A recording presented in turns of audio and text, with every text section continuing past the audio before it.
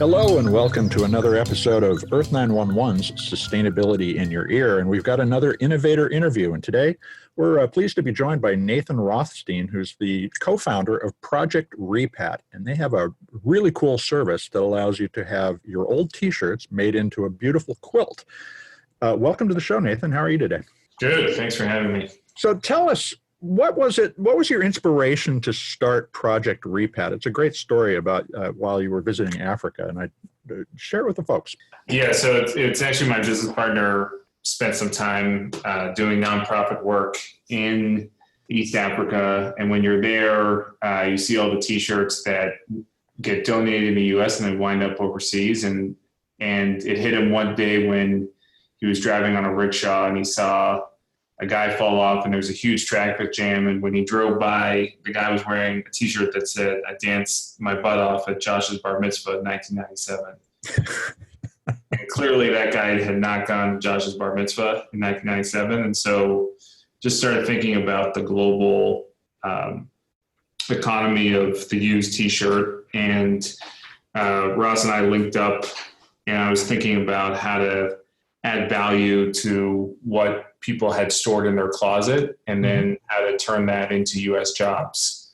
And over the last 30 years, we've lost hundreds of thousands of textile jobs. And so we want to figure out a way to bring those back and upcycle t-shirts. So that explains Project Repat, repatriation of these jobs. How many people have you got working for you now? Yeah, so we have 3 factories, one in Massachusetts, one in North Carolina, and one in Austin, Texas that we work with. And there's about 100 people doing the cut and sew every day. And so they're contract manufacturers. And so they have their own cut and sew textile business, but they have dedicated people working on the quilts every day.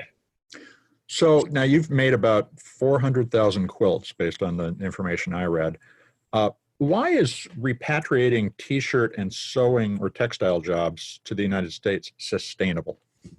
Well, I think it takes about 700 gallons to manufacture a new t-shirt. And so t-shirts are a really intensive product to make. And there's billions of shirts that are printed in the US every year. 98% of them are made overseas, usually in places that don't pay people too much. And so what we've done is that instead of sending those t-shirts back overseas, most of the shirts that you donate to the Goodwill or other places don't end up being resold on the retail floor. They end up being shipped all over the world.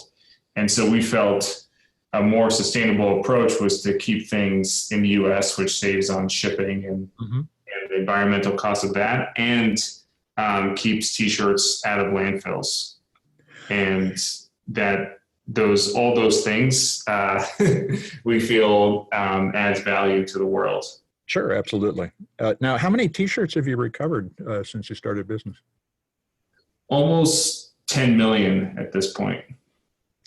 So 10 million t-shirts, that's many tons of textiles that you've recovered. Let's talk a little bit more about the t-shirt industry. How's it changed over the last 40 years? When I was growing up, t-shirts were made by somebody usually in your community and distributed locally. Is that not the case anymore?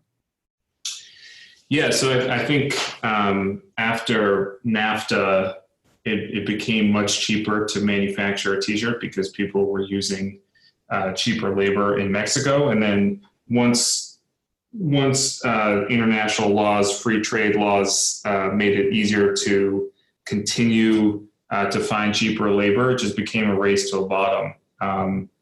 So I think that was a big factor in making t-shirts more accessible, because they became cheaper for companies to use and for people to buy. And then I think what's also interesting about the marketplace for our business is that people also used to take sewing classes, shop classes in high school, or people knew how to sew maybe 30, 40 years ago. And so as those classes declined and as that industry declined, less people were sewing, so less people knew how to sew. companies could hire fewer sewers, and then also those jobs were shipped overseas. And so that's created this abundance of extra t-shirts, and it's created a place for us to exist in the marketplace. Well, I've talked with a number of organizations like Goodwill, who have literally tens of thousands of tons of textiles stored. They don't really know what to do with them. They're looking for recycling options. And the hope is that as we recover from the post-China ban, that some of this material will be more valuable. But what you're offering is something completely different, in the sense that you don't send your t-shirt to Goodwill. You send it to make something that would be a keepsake that you could either keep for yourself or give to a friend. So let's talk about what you do when you order a quilt from you. What are the steps you go through? Yeah, so I think a lot of our customers have a lot of t-shirts in their closet that they no longer wear, but for some reason they don't want to get rid of. And it's really interesting. It's that t-shirts have become the modern form of scrapbooking, where you get one for every event, where you went to college, like if you participated in a 5K. So because they're cheaper to be made, and it's, you see emails all the time that says, come to this event for this free t-shirt. And sure. It's not really free, but people like collecting shirts, and they like the memories around it. And so people go on our website and they figure out what size quilt they want based on how many shirts they have. Mm-hmm. And then they order, and we send them an email with prep directions for how to prepare their shirts, so we know exactly what they want. Mm-hmm. And then they ship it to one of our production partners, and then a few weeks later we ship it back. And the quilt has a fleece backing that makes it really comfortable, and also reinforces the t-shirts, right? Yeah, so it's a really sturdy product. I mean, it's not your great grandmother or great aunt's museum-like quilt. It doesn't have 3 layers, and it doesn't have batting, but it's really meant to be thrown in the wash. You use it on the couch, use it on your bed, and it's t-shirts and fleece, like the same fleece that you would get from a sweatshirt pullover. So it's really meant to be used. Well, and looking through the pictures of folks have been sharing their quilts. It's sports teams. I could imagine somebody who had a lot of concert t-shirts like I do, turning that into a quilt and either keeping it or giving it to a friend as memorabilia. So it's a great product, a great reuse case as well. How do you think about Project Repat's opportunity to address other types of textiles in the future? I mean, textiles account for 5% of the waste on Earth right now. Yeah, so we can use jerseys and flannel and polos and sweatshirts. And so another interesting customer segment for us, which we had not thought about originally, but this becomes a service that people use when someone passes away, and they do this to memorialize someone. So mm-hmm.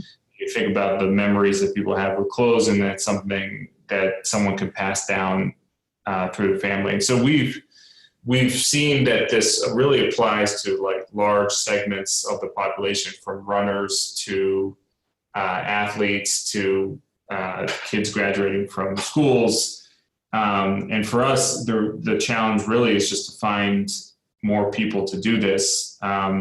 We've tried introducing new products, upcycling different things, and mm-hmm.